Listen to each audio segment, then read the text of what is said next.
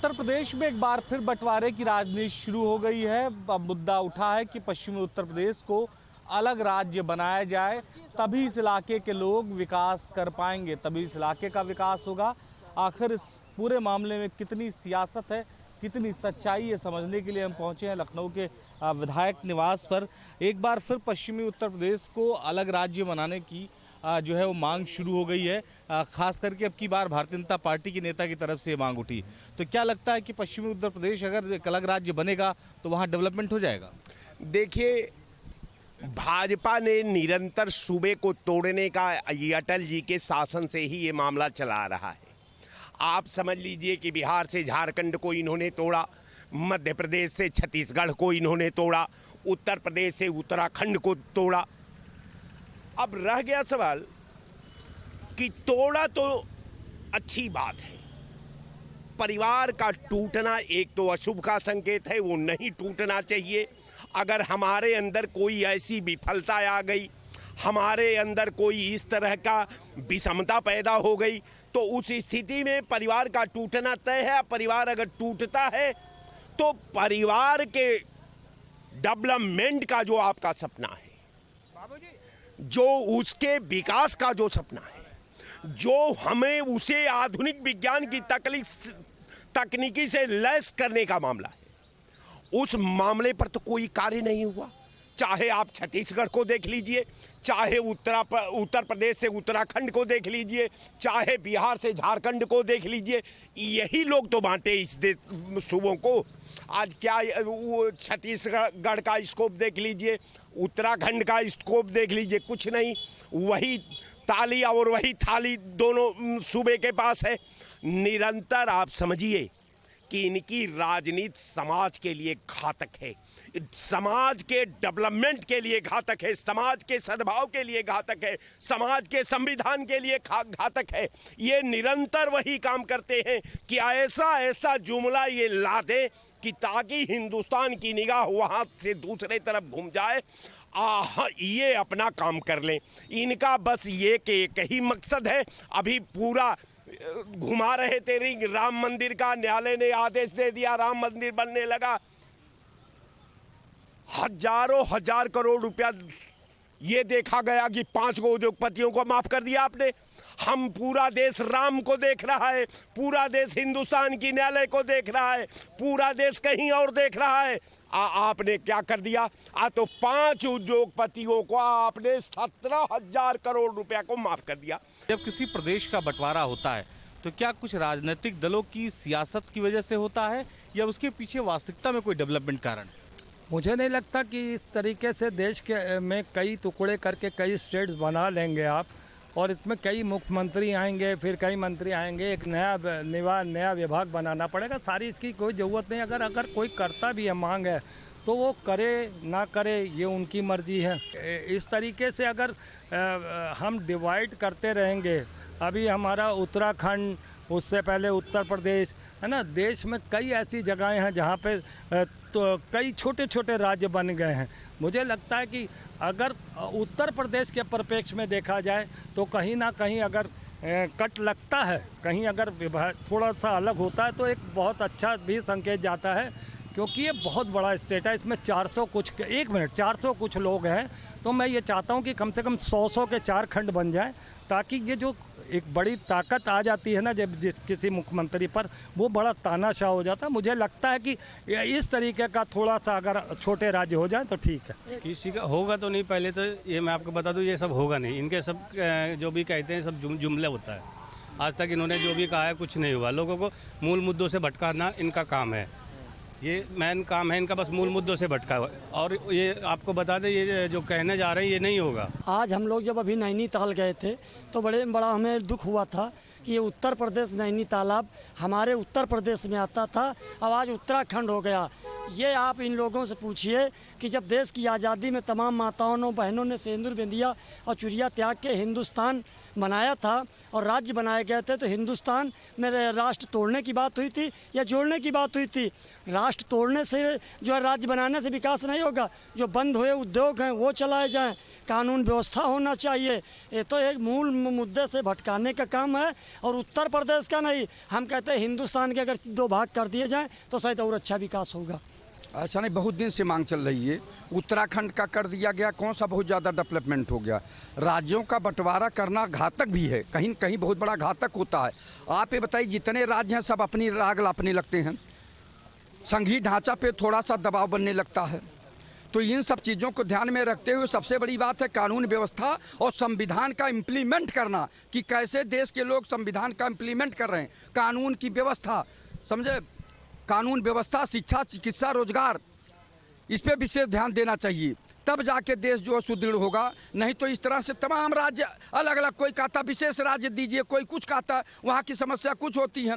इसलिए देश में जो है सबसे बड़ी बात है कि कानून व्यवस्था, विकास, शिक्षा, चिकित्सा और भ्रष्टाचार को समाप्त करना। सबसे ज़्यादा भ्रष्टाचार अभिशाप है देश के लिए। सबसे बड़ा जो है, बार बार मैं जोर दे रहा हूँ, भ्रष्टाचार को पहले समाप्त करिए, तब देश का विकास होगा। हाँ, वैसे भी हम ये चाहते हैं कि अगर छोटा राज्य हो जाए, अगर बंटवारा हो जाए, तो वहाँ की जो समस्याएं हैं उनका ज़्यादा निदान होगा। अब इतना बड़ा राज्य है तो 80 विधानसभा सीटें, लोकसभा सीटें हैं, 403 विधानसभा के सीटें हैं। अगर एक मंत्री एक वो जाता है पूरे प्रदेश का, वो दौड़ा ही नहीं, जब वो पहुंच ही नहीं पाएगा, वहाँ की समस्या नहीं जान पाएगा मंत्री विधायक, तो क्या किस हिसाब से उसको। और जब छोटा प्रदेश हो जाएगा पश्चिम को, तो उसका विकास होगा। अच्छा, हरित प्रदेश, हमारा हरित प्रदेश अलग दे दो, बात खत्म।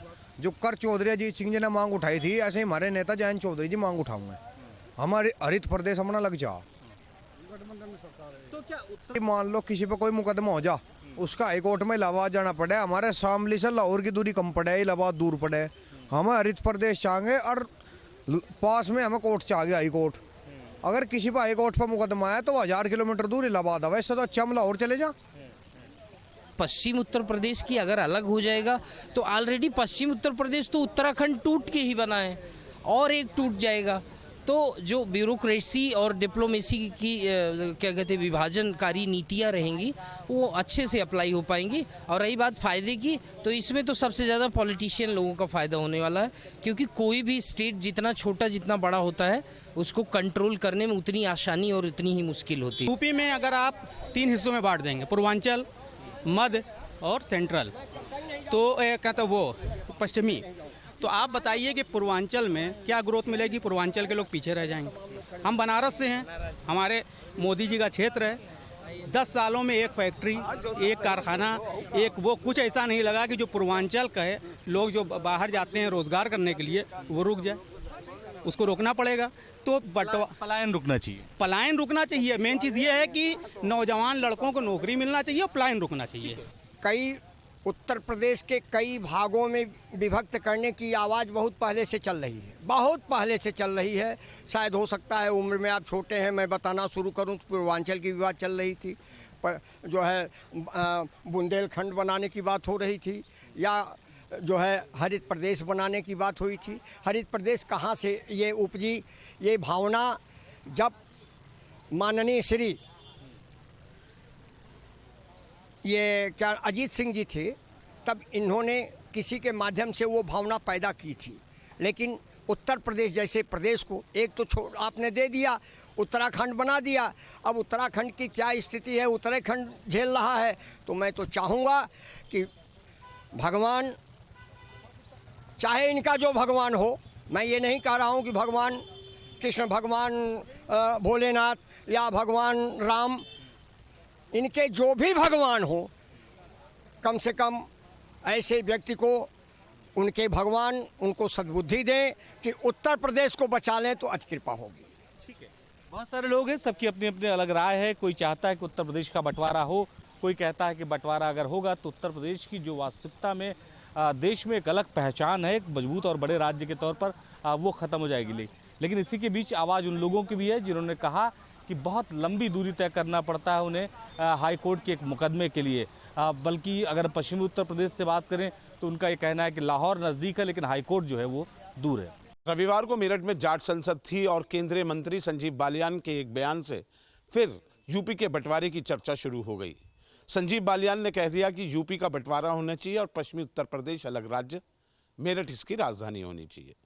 हम गांव दतावली में हैं और सियासी चौक में आज यही सवाल करेंगे, संजीव बालियान का ये बंटवारे का मंत्र क्या सियासत है 2024 के चुनाव को लेकर? अगर उनके इस बयान पे कौन कौन साथ है, क्या बंटवारे से होगा फायदा? सिर्फ 2024 के लिए ये बयान दिया गया है। सारे लोग यहाँ पर हैं, रिटायर्ड फौजी भी हैं और सभी से जानेंगे उनकी क्या राय है। ये जो संजीव बालियान ने बयान दिया है उसके क्या मायने हैं? हाँ, मायने ये है जी, बिल्कुल पॉसिबल है, बंटवारा हो सकता है। हो सकता है कैसे? संजीव बालियान की राय नहीं है, उन्हीं का वो नहीं है विचार। ये कुछ ना कुछ पार्टी में उथल पुथल है, केंद्र में भी बीजेपी की सरकार है, उत्तर प्रदेश में भी ये बिल्कुल है। तो आपको लगता है कि बंटवारा हो जाएगा यूपी का? हो जाएगा, होने की बिल्कुल 99% चांसेस हैं। अच्छा, ये आपको कैसे खबर लगी? मतलब मेरा मानना भी है और जैसा कि अब आप बता रहे हैं। अब ये केंद्रीय मंत्री हैं जी संजीव बालियान, कोई हवा में तो तीर मारेंगे नहीं ऐसी, कुछ ना कुछ तो इनके पीछे भी किसी ने कुछ इनको सपोर्ट किया होगा कि आप ऐसा ऐसा कहो लोगों को। आपको क्या लगता है साहब कि ये जो बयान है संजीव बालियान का, क्या यूपी का बंटवारा होना चाहिए या क्या सिर्फ सियासी दांव हैं इनका? चुनाव नज़दीक हैं 2024 के, इसलिए इन्होंने ये बात कही। देखो, ये तो प्रशासन जानता है, या प्रशासन करेगा जैसे भी करेगा भाई, जो भी राजनीति के हैं वो करेंगे जैसे भी करेंगे। आपको क्या लगता है बंटवारा होना चाहिए? हाँ, वो बात सही है इन भाई की जो है। अगर किसी वजह से स्टेट छोटा हो जाएगा तो उसकी देखभाल विकास कार्य अच्छे होंगे। क्या क्या लाभ दिखाई देते हैं? आपकी कितनी उम्र होगी? मेरी 70 साल की उम्र है जी।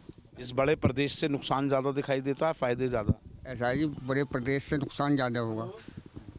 जितना छोटा प्रदेश होगा ना उतना विकास भी होगा, हर चीज़ उसमें होगी कंट्रोल में। बाबूजी, आपका क्या कहना? कहना यूँ है, छोटा प्रदेश वैसे सुविधा तो हो जाएगी, पर ये तो उसका फ़ायदा है। इस ख्याल तो इससे पहले क्यों नहीं करा? अब तो चुनाव के तंज है बस, और कुछ भी ना।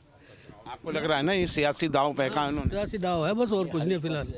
हमें इस बात में कोई दम नहीं लग रहा संजीव बालियान की में, और ना ये काम होवे, सरकार केंद्र में भी हो चाहे यूपी में हो। आप बता रहे थे चौधरी अजीत सिंह ने भी हरित प्रदेश की बात की।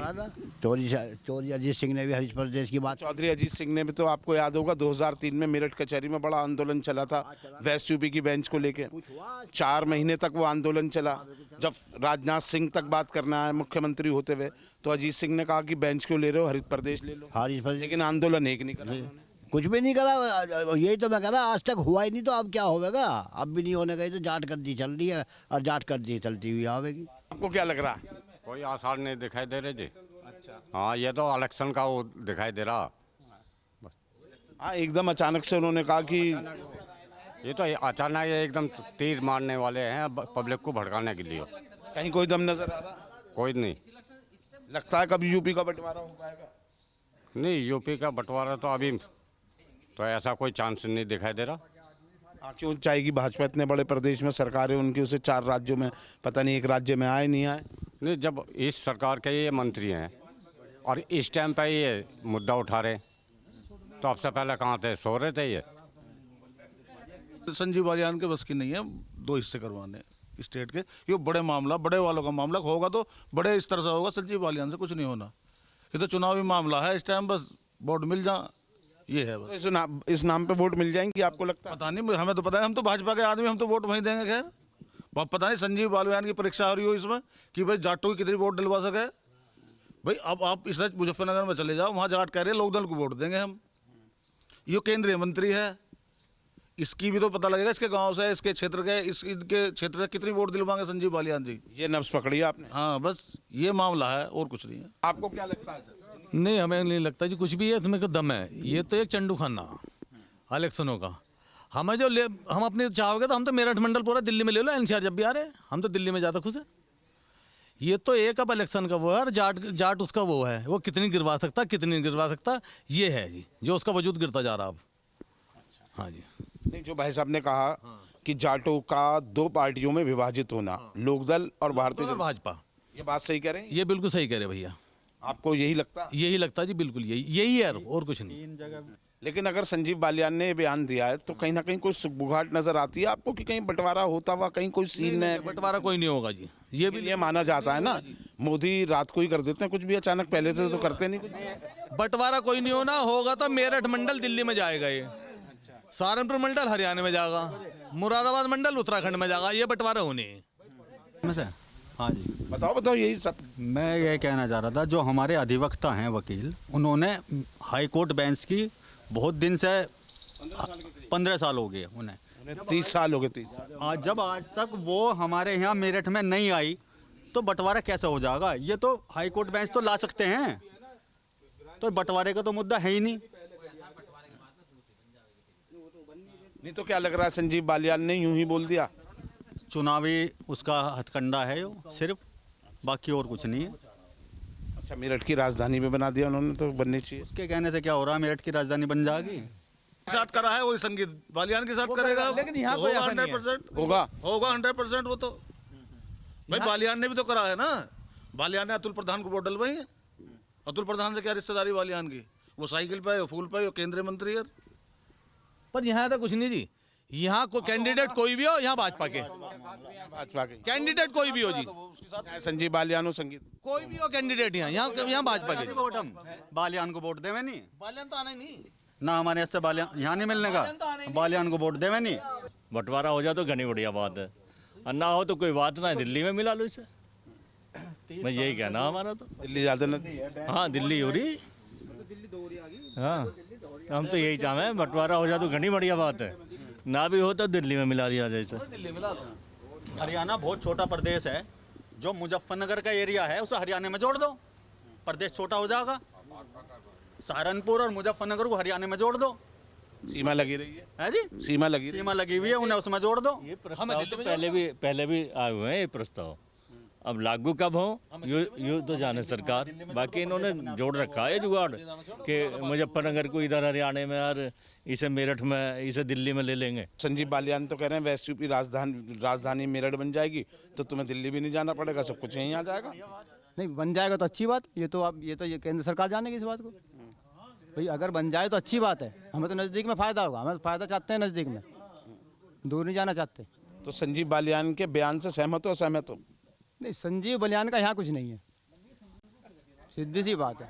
नहीं, उसके संजीव बालियान का यहाँ कुछ नहीं है, यहाँ पर तो सिर्फ भाजपा का है। पेपर देने भी कोई भी पेपर जाएंगे, मिलाबाद जाएंगे, वाराणसी जाएंगे देने, अपने आसपास ही दे लेंगे पेपर, तो हमें फ़ायदा होगा सर। इससे होगा तो पश्चिम उत्तर प्रदेश अलग स्टेट बनेगा तो विकास ज़्यादा है। हाँ जी, विकास ज़्यादा होगा, रोजगार के अवसर ज़्यादा होंगे, और नए नए स्ट्रक्चर होंगे तो उसमें भी रोजगार मिलेगा, भवन बनेंगे, कैपिटल बनेगी मेरठ, तो और भी ज़्यादा फ़ायदा होगा हमें।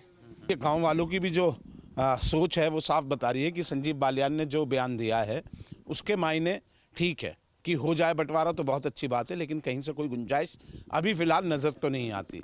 लेकिन इतना ज़रूर है कि लोग चाहते हैं कि मेरठ से दिल्ली नज़दीक है तो ये एनसीआर में होते होते असलियत में राजधानी में ही चला जाए, यानी कि दिल्ली में ही लग जाए, देश की राजधानी में। लेकिन राजनीति कब क्या करा दे कुछ पता नहीं, हो सकता है ये शगुफा कभी हकीकत में भी हकीकत बन के सामने आए,